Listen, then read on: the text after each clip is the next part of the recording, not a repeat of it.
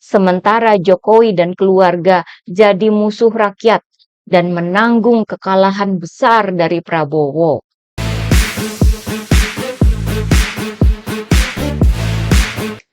Hai teman-teman, jumpa lagi dengan saya, Hinanor. Dalam politik semua bisa terjadi ya. Yang dulunya lawan sekarang bisa jadi kawan karena dipersatukan oleh kepentingan yang sama. Yang dulunya kawan bisa jadi lawan karena masing-masing kepentingannya itu berbenturan atau berlawanan. Namun tentu saja karena para elit politik ini selalu berada di atas panggung yang menjadi perhatian publik, maka cara mereka bermusuhan itu mainnya cantik. Tidak terlalu frontal ya, tidak kasar, tapi tentu saja efeknya sama, bikin goyah lawannya. Beberapa waktu lalu seorang pengamat politik menyebut bahwa gaya politik Prabowo itu mulai canggih. Yang dia bahas waktu itu adalah bahwa Prabowo tidak mau ikut campur dalam perseteruan antara Ibu Mega atau PDIP dengan Jokowi. Ketika suasana makin panas antara PDIP dan Presiden Jokowi, Prabowo katanya malah pergi menonton Olimpiade di Prancis. Memang penampilan dan pembawaan Prabowo yang sekarang sudah berbeda dengan Prabowo yang dulu. Saya kira ini merupakan hasil pembelajaran beliau ya semenjak bergabung dalam pemerintahan Presiden Jokowi. Diam-diam Pak Prabowo mempelajari bagaimana cara Jokowi menarik simpati rakyat. Ternyata memang bukan dengan gaya marah-marah seperti di Pilpres 2014 atau 2019 dulu.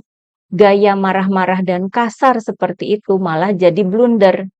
Prabowo harus berpenampilan ramah, baik, friendly, ya gampang didekati, nggak sangar, dan lucu.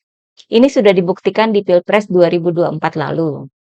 Tentu saja kemenangan itu tidak semata-mata karena berubahnya penampilan dan pembawaan Prabowo. Dugaan cawe-cawe Jokowi bahkan dipaparkan oleh Hakim MK dalam sidang MK waktu itu ya. Namun, perubahan penampilan dan pembawaan Prabowo itu jadi menunjang ketika dia memperoleh kemenangan. Nah, bukan hanya penampilan luarnya saja yang berubah. Ternyata, selain gaya politik, strategi politik Prabowo pun juga berubah. Sekarang mainnya cantik, tidak gampang dibaca. Bahkan seorang Jokowi pun akhirnya bisa terkecoh atau dikadalin. Prabowo tahu bahwa politik Jokowi saat ini berdasarkan ambisi besar politik dinasti. Prabowo tahu bahwa Jokowi sedang berupaya keras memasukkan anak bungsunya Kaisang ke dalam ajang pilkada. Prabowo juga tahu bahwa putusan MA sebelumnya itu sangat berdampak terhadap langkah Kaisang di pilkada. Memungkinkan Kaisang maju di pilkada. Artinya, jalan sudah mulus. Kaisang tinggal pilih mau maju di Jakarta atau di Jawa Tengah. Prabowo juga tahu bahwa dengan segala kekuatannya, Jokowi akan berusaha agar banyak partai, terutama koalisi Kim ya, yang bakal mengusung Kaisang. Ambisi besar Jokowi itu diiyakan saja oleh partai-partai politik pendukung Prabowo itu, sampai akhirnya dipastikan bahwa Kaisang akan maju di Pilgub Jateng, Jawa Tengah oleh Gerindra. Ini yang ngomong ke media waktu itu, hari Selasa tanggal 20 Agustus adalah Ketua Harian DPP Partai Gerindra, Sufmi Dasko Ahmad ya. Pernyataan Dasko itu pasti dengan sepengetahuan dan restu Prabowo. Nggak mungkin kan petinggi Gerindra ngomong di luar ketentuan yang sudah digariskan oleh Ketua Umum partainya. Prinsip ini perlu digarisbawahi ya. Nah, Prabowo juga tahu bahwa ambisi besar Jokowi itu bisa bikin Jokowi lengah ya. Mungkin juga karena Jokowi merasa punya kekuatan besar terhadap partai-partai politik pendukung Prabowo itu. Sehingga Jokowi merasa jalannya bakal jadi mulus. Seperti dulu Gibran jadi cawapres. Sehingga Jokowi ini lengah, tidak sadar bahwa Prabowo juga sedang berhitung. Dikira Prabowo itu masih asik menikmati kemenangannya di Pilpres. Jadi nggak bakal main politik. Dikira Prabowo ini santai-santai aja, bakal manut, menurut dengan segala yang dikehendaki oleh Jokowi. Jokowi tidak menyangka bahwa Prabowo juga bisa mengkalkulasi dan memprediksi langkah-langkah Jokowi. Karena langkah catur Jokowi itu sekarang dimainkan dengan pongah, dengan kesombongan, sebagai seorang raja. Seperti dalam cerita-cerita Hidayah itu ya, orang sombong itu cenderung sembrono. Kesombongan dan kesembronoan seorang Jokowi lihat dalam satu hari yang sama. Ya di hari Selasa tanggal 20 Agustus itu ya.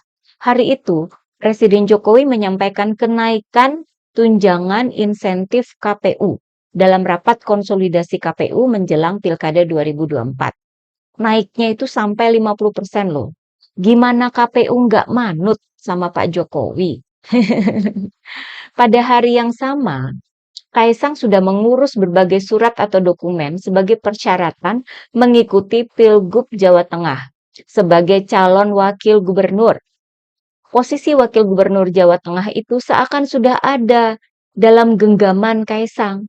Bukan hanya sudah pasti maju dalam pilkada ya, tapi sudah pasti menang. Namun hari itu juga MK mengeluarkan putusan yang membuat Kaisang tidak bisa ikut pilkada. Ini di luar perhitungan Jokowi. Gak nyangka, kok MK bisa mengeluarkan putusan seperti itu? Karena sang paman kan masih di MK. Jokowi lengah. Kayaknya lupa kalau pamannya Gibran dan Kaisang ini tidak ikut dalam sidang MK terkait syarat batas usia calon kepala daerah. Kekagetan Jokowi tercermin dari dipanggilnya Menkumham yang baru ke istana. Pemanggilan secara tiba-tiba ini menimbulkan dugaan bahwa Jokowi sedang mencari jalan untuk membatalkan putusan MK itu. Sampai di sini, apakah Prabowo sedang santai kayak opa-opa pensiun yang lagi sibuk ngurusin kuda-kudanya? Enggak dong. Saya yakin Prabowo justru sedang mencermati langkah-langkah Jokowi selanjutnya. Apalagi Menkumham yang baru dilantik, Supratman Andi Aktas. Itu kan politisi Gerindra, anak buahnya Prabowo, yang juga pernah menjadi ketua Badan Legislasi atau Balek DPR RI. Saya kira Prabowo bisa jadi dapat bocoran mengenai langkah-langkah yang bakal diambil Jokowi agar putusan MK yang baru itu tidak lagi jadi kendala buat Kaisang maju di pilkada. Dari situ bergulir strategi politik Prabowo, yang kali ini jauh lebih catur ketimbang langkah catur Jokowi. Prabowo itu bukan orang baru di politik ya, beliau ini lebih senior ketimbang Jokowi. Hanya dulu gaya politiknya itu sangar. Karena mungkin dulu itu dikira gaya sangar, gaya marah-marah itu bisa jadi modal buat menang di Pilpres. Sampai akhirnya Prabowo sadar bahwa kalau mau menang di Pilpres, tirulah gaya politik Jokowi. Seperti yang terjadi sekarang. Prabowo dengan kalem menyikapi langkah-langkah Jokowi. Ketika Jokowi mau memakai kekuatannya untuk memaksa DPR merevisi Undang-Undang Pilkada untuk membatalkan penerapan putusan MK, ya Prabowo mungkin meminta agar petinggi-petinggi partai itu nurut aja. Sementara Prabowo memantau perkembangannya. Siapa coba yang rencananya memimpin rapat paripurna pengesahan revisi Undang-Undang Pilkada itu? Siapa lagi kalau bukan Sufmi Dasko, petinggi Gerindra? Masa Pak Prabowo nggak tahu? Rasanya nggak mungkin ya. Jadi partai-partai itu manut saja dengan kemauan Jokowi. Minta revisi Undang-Undang Pilkada ya dituruti oleh Balek DPR dengan menyusun revisi Undang-Undang Pilkada yang isinya bertentangan dengan putusan MK secara kilat. Mau disahkan langsung besoknya dalam rapat paripurna. Ya hayu, diturutin oleh Dasko. Dibuatkan agendanya, tapi soal kehadiran para anggota dewan sampai mencapai quorum, itu kan di luar kuasa Dasko kan. Ketika rapat paripurna akhirnya batal karena tidak mencapai quorum, siapa yang menyampaikan ke media? Ya Dasko juga kan.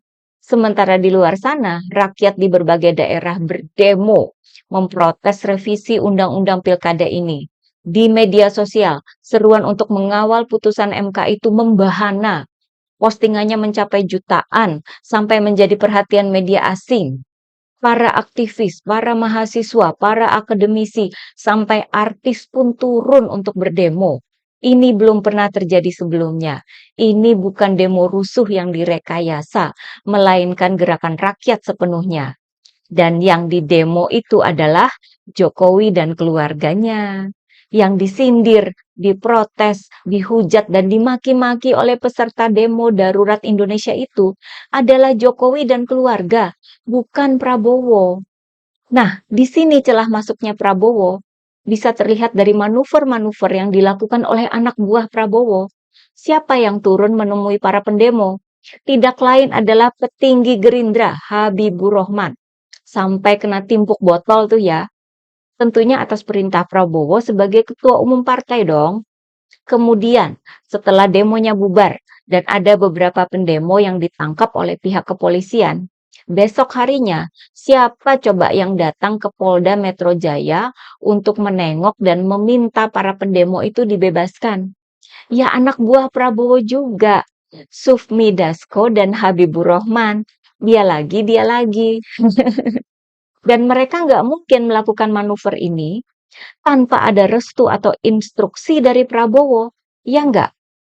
Kemudian pada hari yang sama, Jumat kemarin itu ya, pada media Kompas, mantan Menkumham era Presiden SBY, Hamid Awaludin, menyampaikan bahwa Prabowo katanya marah besar dengan adanya gerakan di DPR merevisi Undang-Undang Pilkada.